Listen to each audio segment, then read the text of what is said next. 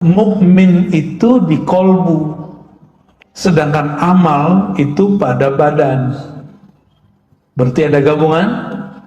Ini pembeda antara munafik dengan yang bukan munafik. Apa yang Allah berikan reward bagi orang ini? Falanuhyiyannahu hayatan thayyibah, dengan kehidupan yang thayyibah.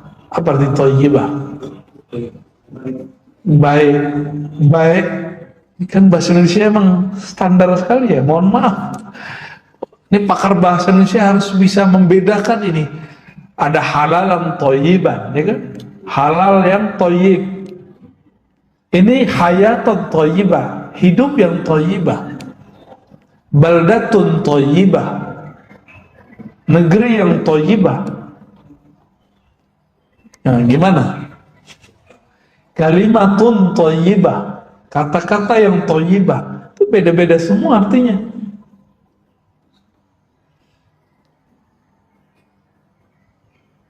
Kehidupan yang penuh dengan keberkahan.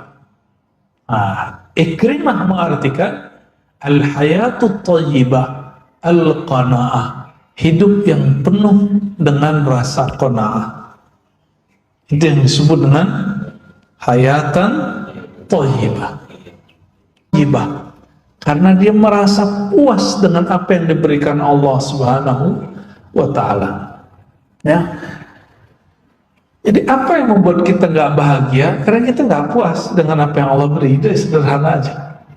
Dulu sebelum nikah, sebelum punya anak, sebelum punya rumah, penghasilan 700.000 sudah cukup. Sekarang 7 juta kayaknya nggak cukup. Naik 17 juta nggak cukup. Coba kalau gaji saya 27 juta, udah nggak cukup juga. Nah, terus gimana dong? Ternyata gaya hidupnya. Gaya hidup itu lawan daripada qanaah, gaya hidup yang berlebihan. Ya, jadi qanaah itu adalah obat daripada lifestyle yang berlebihan. Lihat nih, yang awal saya udah tepar semua Pak. Ya. Salatu khairun minan naum. Oh, kasihan mereka ya. Udah khidmah. Wa fi qoulihi ta'ala la yarzuqannahumullahu rizqan hasana. Ya. Dalam surah Al-Hajj ayat 58, sungguh, ini sungguhnya 2 kali. La yarzuqanna, la sungguh, belakangnya ada nun, itu arti sungguh juga tuh. Sungguh gitu. Itu terjadi secara harfiah, tapi secara bahasa rohani, nun itu ada satu makna, yaitu nur. Ya, la yarzuqannahum rizqan hasana. Sungguh Allah akan melengkapi rizki mereka dengan cahaya. Itu secara ilmu huruf ya, nur. Cahaya apa? Cahaya rizqan hasana, rizki yang baik. Hasan ini kalau wajah jadi rupa yang bagus, kalau punya rumah kelihatan enak dilihat, punya mobil enak dilihat, punya baju enak dipakai, makan pun nikmat disantap, itu disebut dengan rizqan hasana. Gimana Pak? Udah enak belum makannya? Enak ya?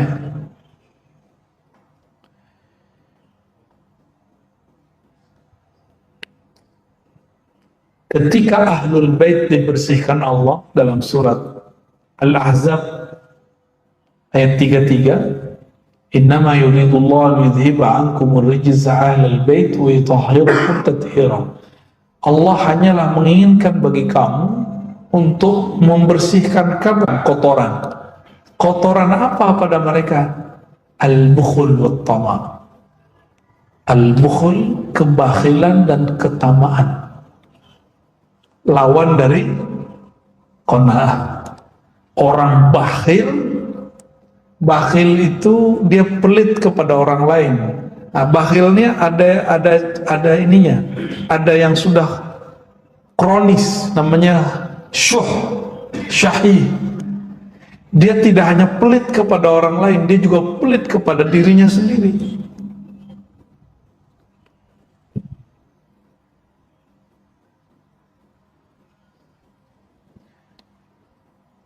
Wa yutahhirakum tathira. Ya. Ayat 3-3-nya di ujungnya, lalu Allah membersihkan kalian, tathira wa ahlul bait, yaitu dengan sakhawa wal qanaah. Lawan dari bukhul tadi apa? Bukhul wal wat tama. Lawan dari tama itu qanaah. Lawan dari bukhlun kebakhilan itu sakhawa, dermawan. Sakhi, orang yang suka berbagi.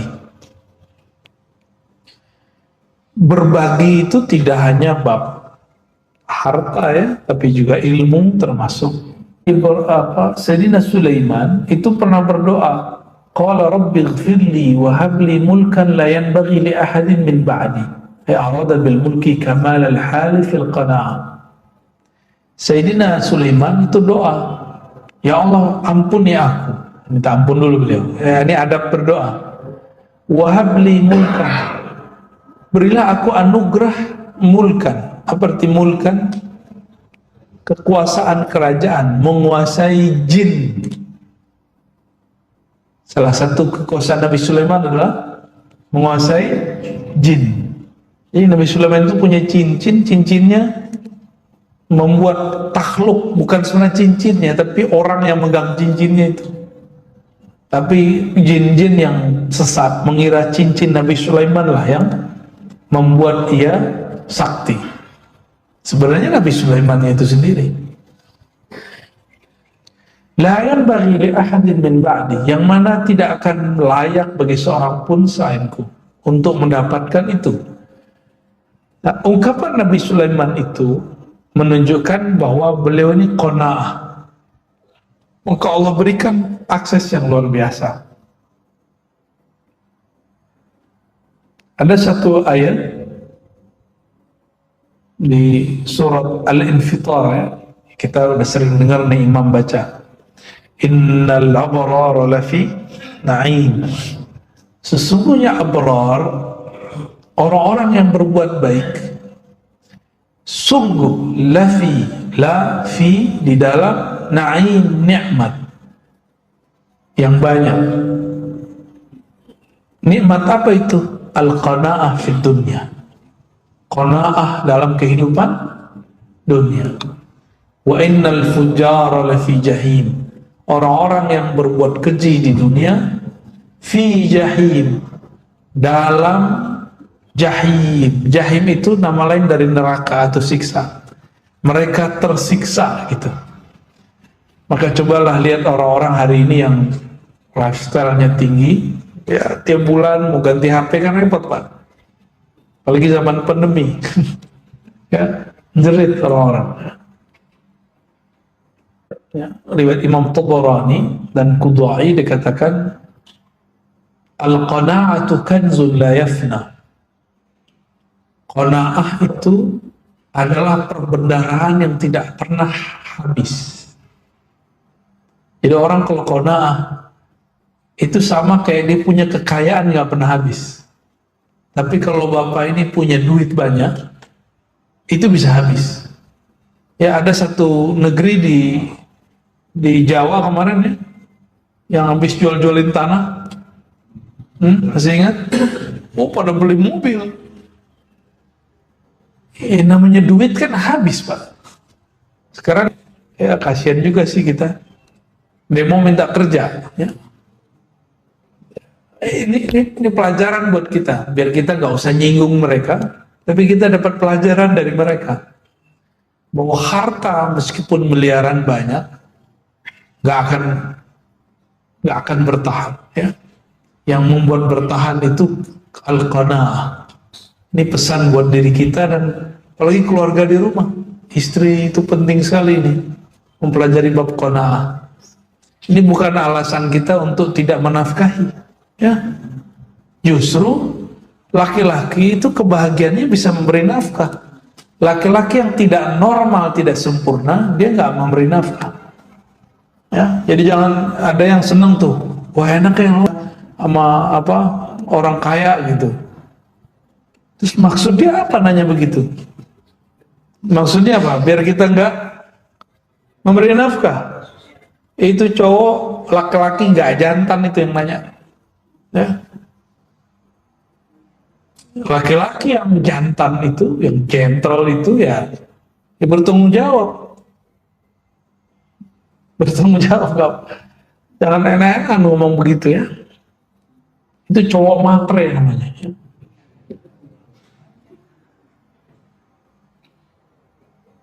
Harga diri. Waqala Nabi sallallahu alaihi wasallam,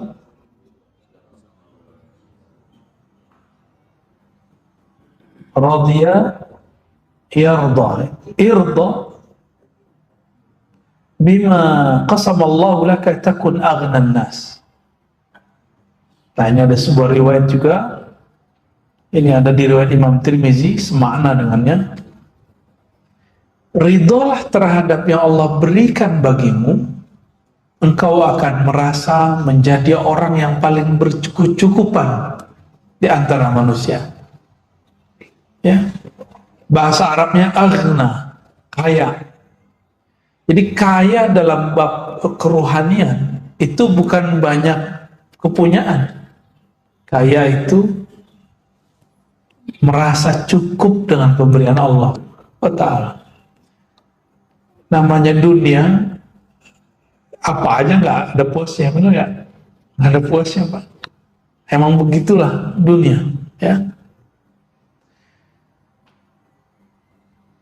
Wafiz Zabur, nah, dalam kitab Zabur yang ditulis dalam bahasa Arab, jadi Zabur lama ini, Mazmur kalau orang sekarang nyebutnya, Al-Qani' ghaniyun wa in kana jayan. Orang yang qanaah itu kaya meskipun dia sedang lapar, disebut dia kaya, ya. Kalau dibalik gimana? Orang yang tidak qanaah itu miskin meskipun dia kenyang, ya. Dia miskin meskipun dia punya rumah, punya kendaraan yang bagus, dia merasa nggak cukup. Kayaknya rumah ada aja yang kurang. Udah punya kendaraan, kayaknya kurang aja, ya. Maka enaknya hidup itu ya qanaah. Nah, qanaah itu merasa cukup, dan pasti Allah cukupkan. Ya, mau kan dicukupkan ketika kita butuh. Kita perlukan apa dicukupkan, ya. Mau kan? Iya. Pas-pas, bukan pas-pas, sebab dikasih itu cukup namanya itu. Syuruk ya. Ditahan aja syuruknya, Pak, ya. Ngaji lebih afdal daripada sholat 2 rakaat, ya.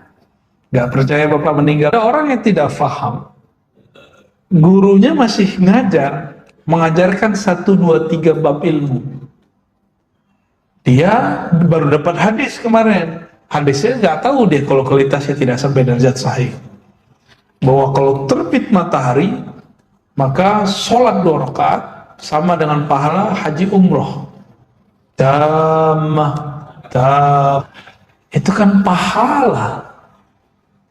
Lebih tinggi pahala atau ilmu? Ilmu. Lolos nih, ya.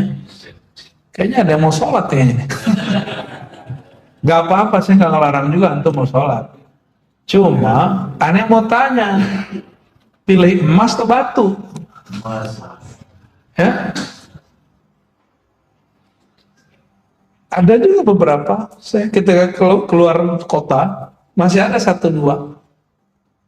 Kalau dulu kita di masjid-masjid besar di Bintaro masih begitu.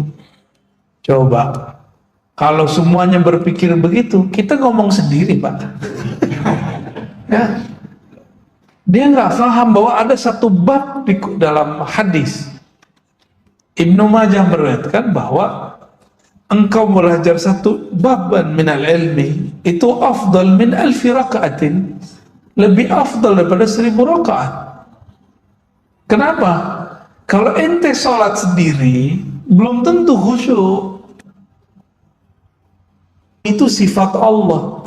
Orang yang belajar satu ilmu, dia sedang bersama Allah Subhanahu wa ta'ala, bersama yang ente sembah lagi sholat itu. Ya, kita 2 jam mengaji ilmu, 1 jam, itu udah berapa lama kita bersama Allah itu. Di alam sana hitungannya banyak. Gitu. Dengerin 5 menit aja satu hadis, dahsyat. Lebih afdal daripada 50 jam kita sholat. Nah, jadi ibadah itu jangan pakai nafsu. Ibadah itu pakai ilmu. Imam Ahmad kalau cerita ke putrinya, Tara akan datang guru saya kalau tahajud itu sepenuh malam, sepanjang malam. Kalau baca Quran sebanyak-banyaknya khatam. Kalau zikir nggak berhenti-berhenti. Ngineplah Imam Syafi'i di rumah Imam Ahmad. Diintip terus oleh putrinya. Kok malah tidur-tiduran, tidur miring lagi begini. Tapi karena lampu dimatiin, jadi Imam Syafi'i itu kalau ingin tafakur beliau matikan lampu. Kalau koneksinya sudah oke, beliau hidupkan, nanti nulis. Begitu terus. Besok pagi laporlah putrinya kepada ayahandanya, wahai ayahanda, katamu gurumu itu ahli sholat malam, sepanjang malam sholat. Aku intip malam tadi dia tidak pernah sholat kecuali cuma sholat witir. Sebutin semua, dilaporin semua. Lalu dipanggillah anaknya, sini nak. Nanti kalau kita sarapan, kita tanya guru kita, Imam Syafi'i, ngapain dia malam tadi? Nyampelah jam sarapan. Orang Arab tuh jam sarapannya 9 tuh jam 10. Ketika makan sarapan, sebelumnya Imam Ahmad ngomong, guruku itu kalau makan dikit. Tapi ketika sarapan di rumah Imam Ahmad, nambah sampai 2-3 kali.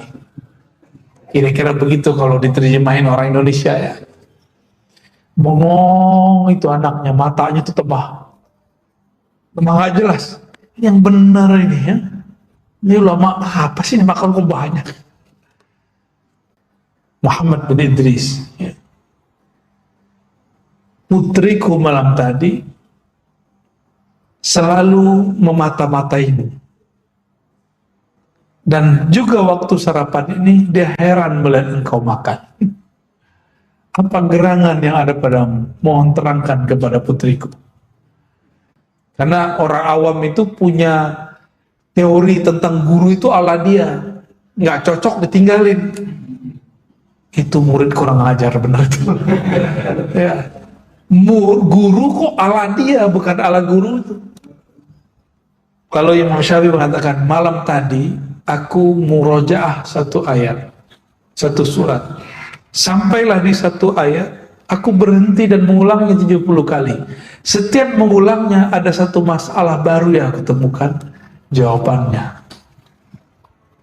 Imam Syafi'i 1 ayat diulang 70 kali, dalam semalam dapat 70 masalah baru. Ilmu. Orang sholat 70 rakaat belum tentu dapat ilmu seperti Imam Syafi'i. Gimana?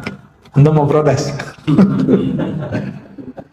Ketika sarapan ditanya, kok makannya banyak? Katanya zuhud, katanya qanaah.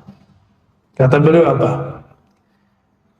Yang paling aku tahu di Baghdad, rumah Imam Ahmad itu makanannya paling halal dan paling thayyib. Putrinya masak dengan bismillah.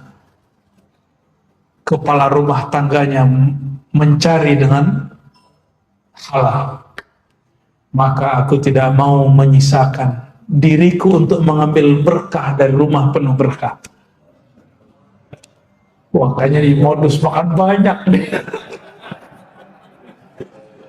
Jadi Imam Ahmad dulu antum. Jadi kita kalau di rumah orang soleh, banyak-banyak makan, Pak. Soleh beneran loh ya, bukan solehan. Kalau dihidangkan, ya. Apalagi kita tahu yang masak nih dengan nama Allah, makan yang serius. Karena memakan makanan keberkahan itu sama dengan Bapak puasa sabar. Kita puasa dan sabar. Makan itu syukur itu sama. Pilih mana? Kayaknya pilih makan ya. Sama kita berarti.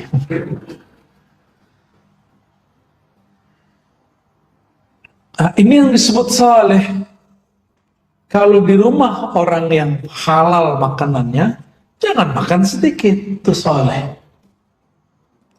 Ketika ada ilmu, ibadahnya akal memahami, ibadahnya qalbu merenungi. Nah, Imam Syafi'i ibadahnya malam tadi apa? Merenungi, dan itu lebih dahsyat, sama dengan 1000 rakaat. Jadi ketika dia dapat satu makna itu 1000. Kalian aja 70. Berapa tuh jadinya? 70. Jadi sama beliau dengan sholat 70.000 rakaat.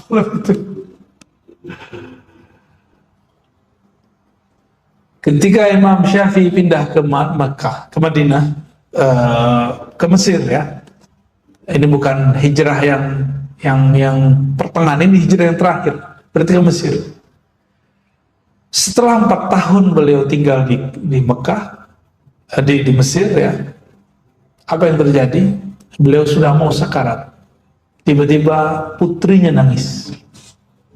Mau ditinggal ayahandanya. Takut ditinggal ayahnya. Siapa yang menjamin hidupnya di masa depan? Apa tanggapan Imam Syafi'i? Ya, wahai putriku, ini rumah aku sudah khatamkan 4000 kali Quran. Beliau baru tinggal di sana 4 tahun. Berarti setahun Bapak hitung aja sendiri, Pak, saya nggak ngerti gimana cara khatamnya itu. Itu matematika Imam Syafi'i itu.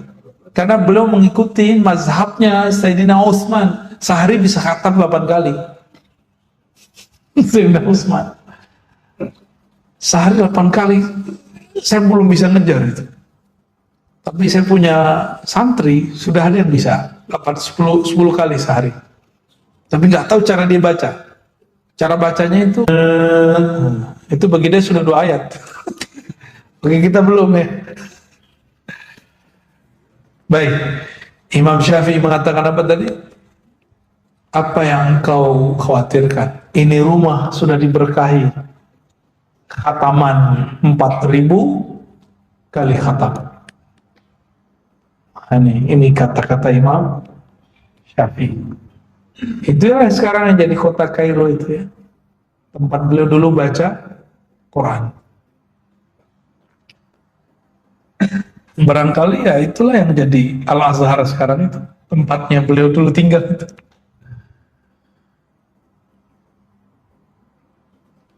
Man kanat qana'atuhu saminah tabat lahu kullu marqah.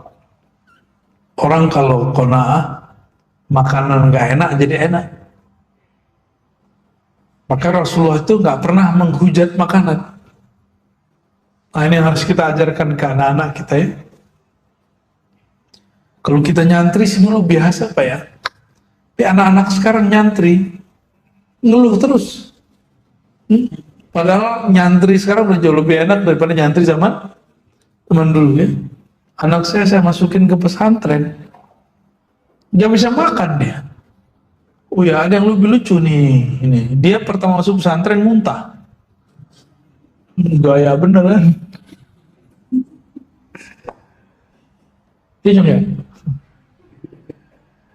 Al-izzu fit ta'ah. Jadi Allah memberikan 5 pasangan. Ya, ada 5 pasang amalan. Al-izzu fit ta'ah. Izzah, semangat itu ada dalam ta'ah. Semangat kemuliaan. Wazillu fil ma'asiyah. Kehinaan itu ada dalam maksiat.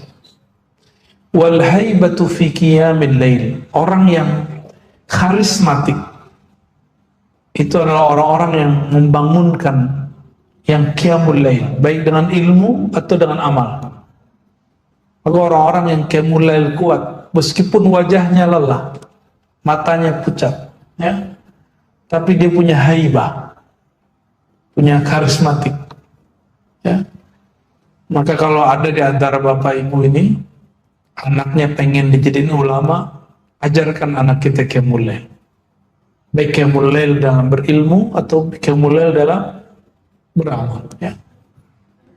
Biar kalau dia ngajar itu didengar, berarti Allah ridho. Kalau dia berkalam, kalamnya itu berefek di kalbu manusia, itu berarti dia ahlu qiyamil lail. Kenapa dia kemudian dahsyat? Karena dia bisa beramal di saat orang-orang nggak lihat dia. Dia bisa bangun di saat orang-orang nggak sanggup bangun. Berarti kolbunya kuat. Jika dia berkata-kata, dia tinggal manahin kolbu orang gitu aja, Pak. Tapi kalau masih pakai panah, kurang kuat. Dia harus menjadi seperti lampu pijar. Tanpa perlu memanah orang, siapapun yang dekat pasti dapat cahayanya.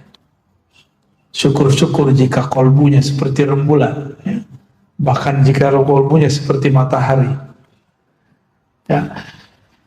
Wal hikmatu fil batnil khali. Kebijaksanaan itu muncul apabila orang sering mengosongkan perutnya. Artinya puasa. Kalau Imam Syafi'i tadi apa dong? Itu lain lagi. Makanya antum lagi puasa sunat, diundang orang soleh, wali Allah makan, batalin puasa sunatnya. Karena makan dengan beliau lebih afdal dari antum berpuasa. Karena yang masuk keberkahan, ya. Kayaknya bakal batal nih puasa Daud, ya. Wal ghina fil qana'.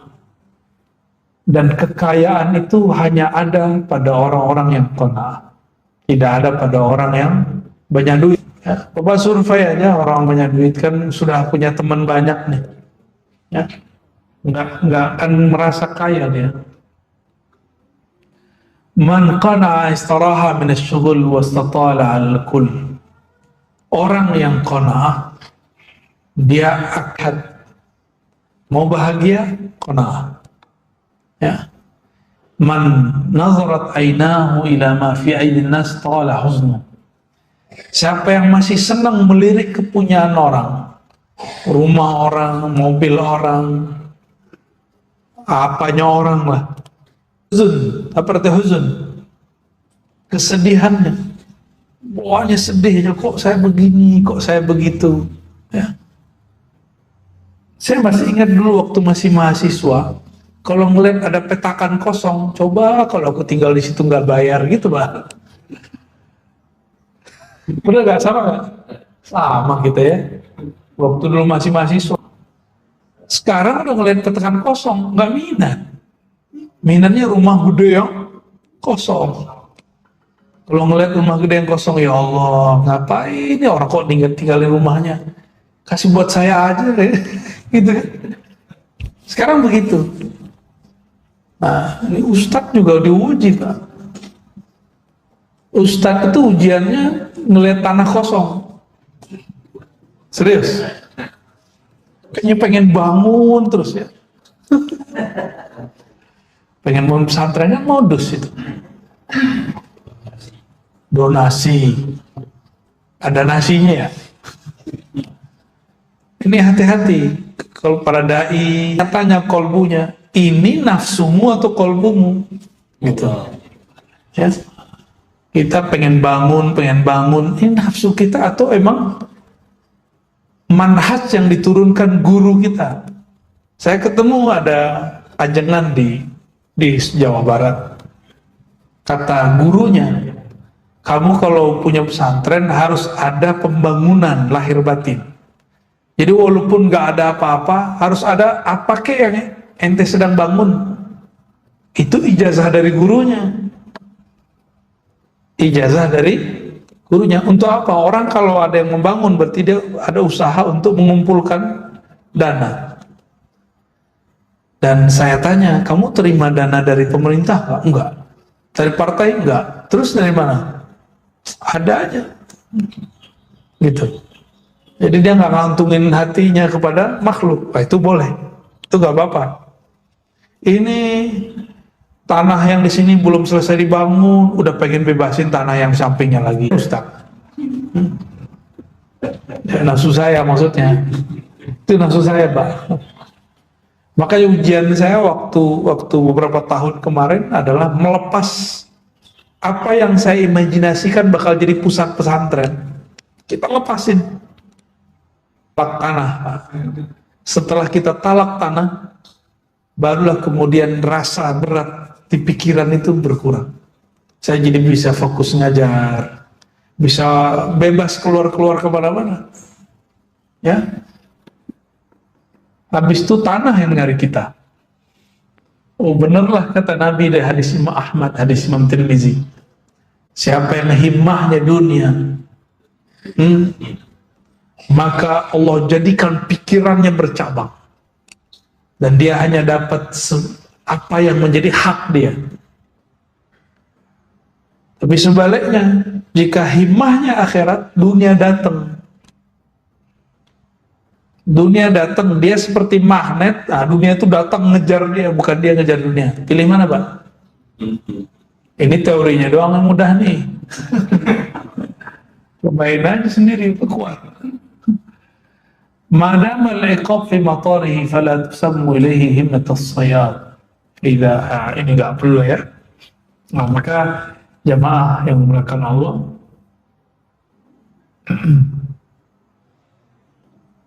qanaah itu sederhana, terima apa adanya, ridho dengan yang diberikan oleh Sang Maha Kekasih. Mulailah qanaah dalam hidup, mulai di rumah nggak menghujat makanan istri, ya, itu latihannya seperti itu. Praktekkan itu ke anak-anak kita, semoga anak-anak kita ikut qanaah. Amin ya rabbal alamin. Maka keluarga itu akan jadi keluarga yang mubarak, keluarga yang penuh keberkahan dari Allah Subhanahu wa taala, ya. Wallahu a'lam bishawab. Gimana, Pak? Ada pertanyaan. Ya. Dari Sorong, Papua. Masya Allah. Udah jam berapa tuh? Buat teman-teman. Assalamualaikum, Bu Yarsi. Waalaikumsalam. Apakah qanaah bisa datang dengan sendirinya atau bagaimana cara mendapatkannya? Jazakumullah. Qanaah itu ilmu. Ilmu yang dipelajari. Ilmu ini sifat, akan menjadi sifat, karakter di badan. Jika kita ingin sabar, bergaulah dengan orang sabar. Lihat cara dia menghadapi sesuatu gitu. Maka berkatalah para imam kita, man la yara muflihan la yuflih. Orang yang tidak pernah melihat orang sukses tidak akan pernah tahu cara sukses. Orang yang tidak pernah melihat orang qanaah, maka bergaulah dengan orang-orang yang qanaah. Kadang-kadang yang qanaah itu belum tentu ustaz, ya. Ada ustaz yang nggak qanaah banyak, Pak. Masalah honor, serius. Ya, saya dapat kabar di satu wilayah di Kalimantan, jamaah di situ minta jam subuh yang tidak ada dalam schedule. Satu titik dia takar segitu ya. Kalau enggak saya nggak mau. Sampai begitu. Qanaah nggak tuh? Kalau yang dia dai itu tahu tugasnya kan menyeru orang kepada Allah, ya. Maka dia nggak hitung-hitungan lah masalah itu. Allah itu kalau ngasih itu misterius, Pak. Di sini dikit, di sana banyak, gitu. Kalau di situ banyak, pasti di sini dikit. Jangan pengen banyak. Bener nggak? Malam aja ada siang, siang aja ada malam, gitu. Mataharinya terbit dan terbenam, masa rezeki kita maunya terbit terus nggak mau terbenam? Ya, nggak usah khawatir juga, terbenam kan nggak lama juga, ntar juga terbit lagi, begitu terus, biasa aja. Ya, jadi saya kalau nggak datang ke sini bukan masalah honor ya, masalah harus. Antum jangan suzon tadi, itu karena tugas guru tadi. Nggak ada harusan, saya nggak ada pikiran dengan masalah itu. Bahkan saya nggak tahu menau itu, jarang. Kecuali bensinnya habis tengah jalan, dompet ketinggalan, baru buka amplop, baru ketahuan kasih ke segitu. Alih sarjana ngasihnya segitu, baru ketahuan kadang ya. Jadi caranya berguru kepada orang yang qanaah. Berguru kepada orang qanaah. Maka kami itu dulu dilatih oleh guru-guru. Nggak boleh makan daging, nggak boleh makan ayam, nggak boleh makan yang bernyawa lah. Belajar qanaah. Jadi kita kalau lihat terong, imajinasi nikmat juga jadinya ya. Ntar lihat ada tempe, saya ganti. Ini adalah roti. Kita ganti aja switch. Lagi pengen saya kan suka makan ikan-ikan yang kecil-kecil itu, teri, tapi teri yang enak ya, bukan yang asin-asin. Dulu waktu kecil, lagi nggak dapet, udah buncis. Jadi kalau makan buncis imajinasinya teri. Syukur aja, dan itu nikmat. Ini modal saya hidup sampai hari ini. Rasa berkecukupan itu ada di situ. Ya, alhamdulillah rabbil alamin. Semoga guru-guru kita diberkahi oleh Allah SWT. Berguru Pak ya, yang disorong berguru kepada mereka. Maka jangan ngendon aja di rumah, sesekali safar, sekali rihlah, sesekali ikut khurud sama tabligh. Ya, biar tahu rasanya. Sekali khalwat dengan para ya, lihat akhlak dia yang ngomong sesat itu. Berakhlaknya dia. Agama ini agama akhlak, bukan agama ngomong hukum. Hukum itu nomor sekian. Yang Nabi utamakan akhlak. Hukum ngencingin masjid apa? Bahasa kasar tuh. Haram nggak? Tapi ganggu orang lagi kencing di masjid nggak boleh juga. Sahabat Nabi udah bawa pentungan memukul orang Badui yang kencing di masjid. Apa kata Nabi? Biarin. Tuh akhlak Nabi. Masjidnya dikotorin, orang, ya Allah, buang air kecil di situ. Itu selangnya kemana-mana terus. Nabi pakai akhlak, dan itu hujah terkuat. Jadi akhlak itu hujah terbaik. Hujah terbaik bukan antum menyebutkan hadis riwayat Bukhari nomor sekian, enggak. Itu bisa dikalahkan. Ya. Surah Al-Baqarah ayat sekian, itu bisa dijelaskan. Itu kan penafsiran kamu, belum tentu penafsiran aslinya begitu. Bisa begitu. Tapi kalau pakai akhlak, siapa yang bisa tolak? Ya. Al-Quran turunnya ke kolbu. Akhlak dasarnya kolbu. Berarti yang benar-benar punya hujah Quran siapa? Orang yang berakhlak, karena dia bekerja dengan kolbu. Jadi ini agama kita. Mari berdakwah dengan akhlak ya.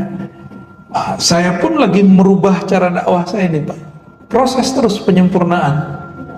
Jika di masa-masa lalu saya suka frontal, ya itu maklumlah darah muda ya. Sekarang pun lagi mencoba memperbaiki. Maka saya ketika ada yang sesuatu orang tersinggung, ya saya minta maaf. Ya. Tapi nggak semua juga kita harus minta maaf ya. Memang kamu siapa harus dimintai maaf semua ya kan. Hal yang pantas kita mintain, kita minta maaf. Yang bikin fitnah, yang bikin kacau. Kalau saya jadi asbab orang bertengkar, maka saya minta maaf. Kalau cuma beda paham nggak perlu minta maaf. Sunnatullah kita harus berbeda. Ya, kelas ada lagi. Satu lagi dari jamaah masjid di sini. Bagaimana kita bisa menerima Tuhan yang fitrah? Bagaimana sikap semua cobaan yang kita terima? Kayaknya hidup susah amat sih yang nanya. Emang nggak pernah menikmati hidup apa? Kita ini dari awal hidup tuh sudah enak. Paling masalah cuma beberapa detik, beberapa menit, beberapa jam. Masalah itu jangan terlalu dihayati. Yang dihayati itu penyelesaian masalah. Ya. Kalau di Quran nanti ada pembahasan tentang itu, tentang as-sabr ya. Jadi Allah Subhanahu wa taala tentang al-bala mengatakan wa balawnakum bil hasanati was sayyiat. Tuh surah Al-A'raf 168, dicari di rumah. Wa balawnahum, kami akan menguji mereka. Surah berapa? Al-A'raf ayat 168. Wa balawnahum, kami kalau uji mereka ada dua, satu hasanat yang baik-baik, maunya yang baik-baik doang ya. Berarti kamu aja jadi Tuhan ya. Ini kan suka-suka Allah. Kami uji mereka, kami tempa. Bala itu bahasa Arab artinya penempaan. Besi kalau sering ditempa, terus kita mau buat pisau, pisaunya bagus nggak? Jika antum ingin punya kolbu tajam, pikiran yang dahsyat, siap-siaplah ditempa. Maka kalau di sekolah itu, anak-anak yang sering mengerjakan contoh soal, lalu dikasih latihan, dia biasa aja nanti kalau ujian. Ya, saya bisa baca kitab begini, itu bukan soal-soal, ini memang karena latihan aja sebenarnya. Dulu nggak pede baca kitab depan orang, takut dikritik, ya sekarang cuek aja, yang penting paham isinya. Ya, yang penting kita bisa memahami isinya. Kadang-kadang kita diuji dengan kebaikan, dipuji orang, dapat rezeki yang banyak, disenangi orang. Ada dibalik wasayyiat, dibenci orang, dikata-katain orang, dianggap syubhat sama orang. Antum udah pernah dianggap syubhat belum? Dan pernah tolol belum? Seru loh. Dibilang tolol sama orang tuh seru banget ya. Ya, dibilang sesat sama orang tuh unik lah. Ya. Ada orang yang bilang saya sesat karena masalah bab ruh. Ruh saya bilang nggak dicipta, ruh itu dihembuskan. Ya kita sebutkan. Dia bilang, oh nggak ada. Di Quran begini, saya tanya, Quran ayat mana Pak? Dia nggak hafal, kan lucu kan? Jadi dikafirkan orang itu, disesatkan orang itu betul-betul seru sekali. Karena yang menyesatkan saya itu ditanya ayatnya, pelongo-pelongo deh nggak jelas ya. Di situ saya kemudian menjadi ketawa ya. Kadang-kadang kita nggak disenangi orang. Banyak Pak, bagian-bagian pemahaman saya ada yang disenangi orang dan enggak. Tapi ingat, saya ini mengajar bukan untuk nyenengin orang gitu. Saya ngajar itu menyampaikan amanah ilmiah yang saya tamatkan. Yang ini menurut saya halal, yang ini tidak halal. Yang ini haram, ini tidak haram. Bisa jadi beda dengan yang antum pikirkan. Bab politik nanti, Anda belum tentu ngikutin antum. Ya. Nah, karena kita bukan ustadz-ustadz pemuas nafsu jamaah. Kita punya manhaj sendiri, punya manhaj fikrah sendiri. Nah, saran saya kalau dai-dai harus punya karakter yang lebih dari itu kalau bisa. Dia menarik jamaah, bukan ditarik jamaah. Nah, kapan dakwah menjadi hancur? Ketika ustadznya menjadi pemuas nafsu politik jamaah, pemuas nafsu pemahaman jamaah. Ya ganti aja statusnya, jangan jadi ustadz lagi. Ya, jadi jamaah aja. Jadi ada dua ya, ujian itu ada dua, baik dan buruk, dan selalu begitu. Nggak mungkin orang itu akan buruk selalu. Lalu kalau pertanyaannya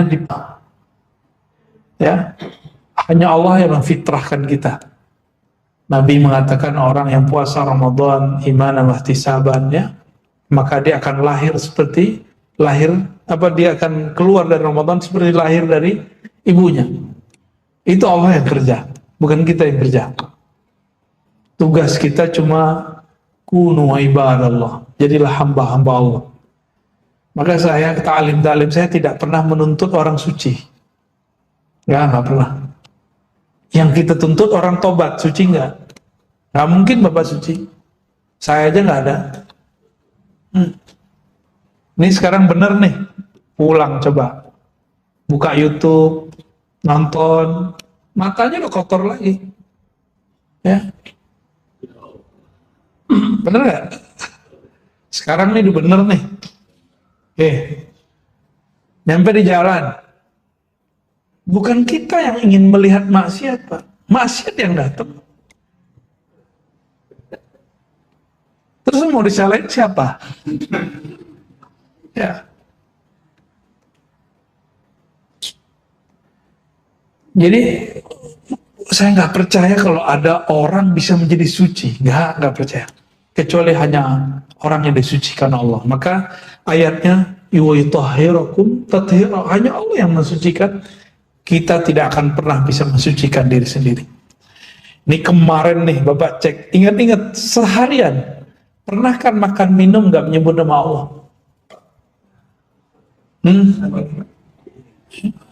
Gimana tuh? Itu ilmu hakikat haram loh Pak.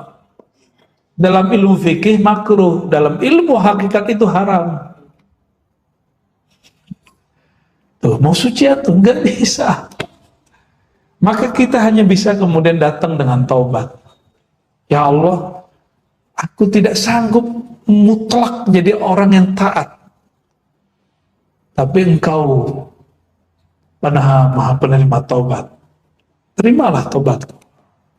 Besok begitu lagi, bakal begitu terus. Maka disebut tawabin.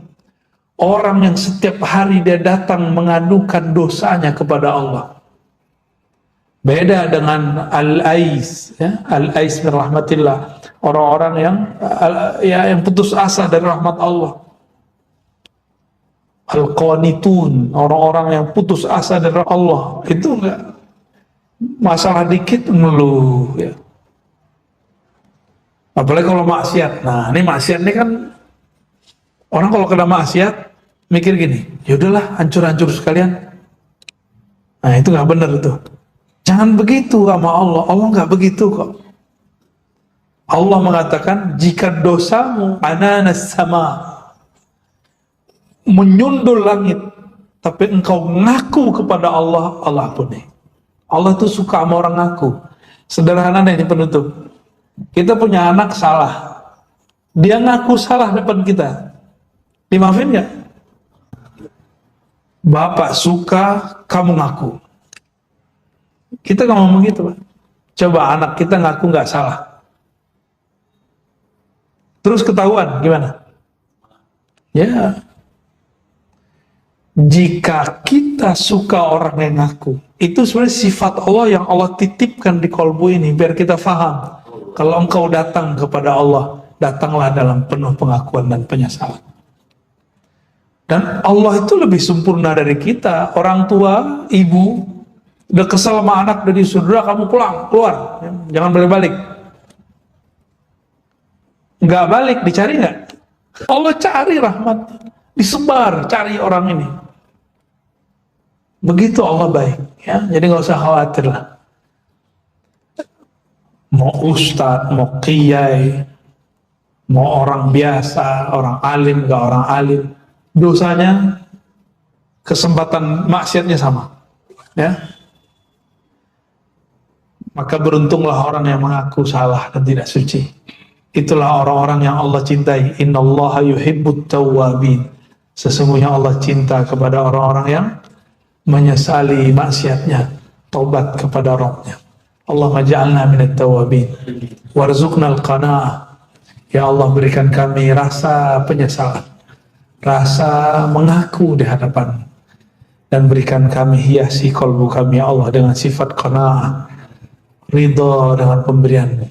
Sedikitnya menjadi banyak, banyaknya penuh keberkahan. Warhamna warham walidina. Ya Allah, rahmati kami, rahmati guru-guru kami, rahmati orang tua kami, rahmati siapapun yang hadir pada manapun mereka di belahan bumi, maafkan mereka. Allah mastur auratina wa iyyahu. Ya Allah, tutup aib kami dan aib mereka di sisi Engkau ya Allah. Jangan hanya di sisi makhlukmu ya Allah. Karena Engkau maha mengetahui semua aib kami ya Allah. Jika Engkau telah menutup aib kami, tentu tertutup juga dari manusia ya Allah. Allahumma zayyinna bijamalika wa jalalik. Ya Allah, hiasilah diri kami dengan keindahan sifat-sifat, dengan keindahan nama-namamu. Ya Rabb, waffiqna wa ahlana wa zuriyatina li ta'atik. Ya Allah, beri hidayah kami, anak keturunan kami, pasangan-pasangan taat kepada Engkau, untuk mengenal Engkau sampai kami wafat. Rabbana atina fid dunya hasanah wa fil akhirati hasanah wa qina adzabannar. Sallallahu ala sayyidina Muhammad. Alhamdulillah rabbil alamin.